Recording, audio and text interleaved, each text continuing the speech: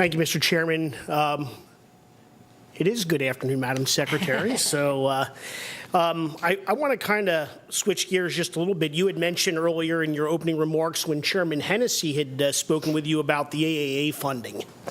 And on June the 30th of 2015, Governor Wolf had completely vetoed House Bill 1192, which included the lottery-funded pen care appropriation that provides funding, as you had mentioned, to the 52 area agencies on aging that provides services to Pennsylvania seniors. And you know, this was despite the fact that we, the legislature, included the same level of funding that the governor had requested.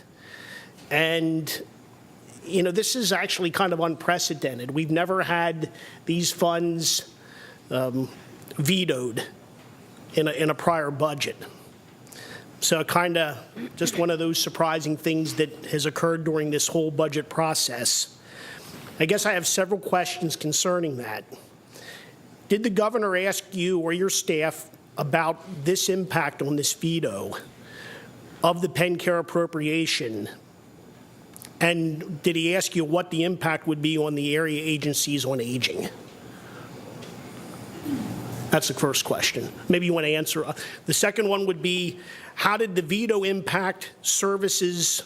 How did the veto impact those services offered by the area agencies on aging? And then the third one would be, how did the waiting lists change during, you know, the budget impasse during that time period? Thank you. Thank you. With regard to our department being asked about the potential for a state budget impasse and its impact on for our particular lens, our grantees, of which the largest of our grantees are the 52 local area agencies on aging. So yes, we were asked about that potential impact and what it might be. I don't know if it's good or bad or indifferent, but I'll take it as a good. Coming from the Aging Network and having been an area agency on aging and human service director during the last state budget impasse, it gave me a little frame of reference, although I'm in a much more privileged position at this particular time, but knew what it would mean at the local level, and therefore was able to work with our network of area agencies on aging in order to help them prepare for what this potentially might be, not knowing how long it potentially would last for. So yes, to your first question, it was asked in terms of what the impact would be. We then look at that with the lens of what we are required to do under the Older Americans Act. So under the Older Americans Act, we are required to do certain things. There's certain core services, for example, that we have to provide. One of those is ensuring that there's an assessment to a level of care for an individual that may need to enter into a nursing home. That assessment piece that Chairman Hennessy raised before is indeed conducted by the Area Agency on Aging. So right out of the gate, we knew that that work needed to continue. We also are required to ensure that prevention and protection efforts are in place for vulnerable seniors who become the victim of abuse, neglect, exploitation, or abandonment. So under the Older Adult Protective Services Act, we needed to ensure that the counties were prepared under their contract agreements with us that that work could continue during a state budget impasse. So for example, at the local level, if a report of need for protective services is received with an accusation of abuse, neglect, exploitation, or abandonment, that the investigation would ensue. We also provide state long-term care ombudsman services to individuals who are in long-term care facilities. So we needed to ensure that through ombudsman programs that those individuals still could voice a complaint and that complaint would be responded to. So those three particular areas we're focused on first, with the fourth being meals. We have to provide nutrition services, either through a congregate meal program or a home-delivered meal program. So during the state budget impasse, area agencies on aging knew that they were the 5 core services that they needed to focus on immediately with the inavailability of funds during a state budget impasse process. So they were the impacted services that we knew right out of the gate would have effect. We also know, in addition to to what those mandated services are, that we, because of the blessing of a lottery fund, have a lot of other benefits, discretionary services, so to say, for lack of a better word, such as the wonderful PACE program that we have, providing pharmaceutical assistance benefits to seniors. So that program also did continue during the state budget impasse time, that with our pharmacy programs, that we knew that the prescription drugs would continue to be provided during that time. Let me just follow up.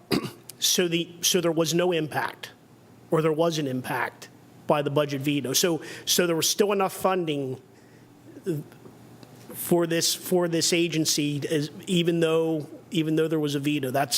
So there was no financial issue with that during this time period. No, sir. The answer I just provided, I thought I was providing to what services would be impacted, which really, I guess, would get it down to your waiting list and what happened then during that impact. So, for example, could we have a waiting list for individuals waiting for an assessment? No. Could we have a waiting list for individuals who are the victim of abuse, neglect, exploitation, or abandonment? No, and so on and so forth. But impact changes certainly did occur, and I applaud the efforts of our area agencies in aging, our county commissioners, and those area agencies in aging that are of nonprofit boards, in order to respond to the challenges that they had before them, with the inavailability of funds immediately being made available to them in order to continue to provide these services to older Pennsylvanians during a state budget impasse process. So to be certain, there were area agencies on aging that needed to take out lines of credit. There were area agencies on aging that reached out to us to see what other ways we could possibly help them during a state budget impasse time. So there was a financial impact as well as the impact to services. During that time, to the point of your last question, waiting lists certainly were affected. At the time of right before the state budget impasse, we had a waiting list in our Commonwealth of about 1,700 folks in about 15 different counties. Current time, as we sit here today, we have a waiting list of about 3,900 folks in 38 different counties. So you could see the difference during the time when we had a state budget impasse to the time of the end of December, between the mid-January, mid-February, when funds were available to be released through the efforts that were put forth in order to release those lottery funds to our grantees, the area agencies on aging. I appreciate the response. As you said, you have a passion, for this, and like I said, this is certainly a trying time for all of us. But I felt that I should ask the question, and it's important. It's important to have it on record, and that my other colleagues know that also. So thank you for being here. Thank you for your time, and thank you, Mr. Chairman.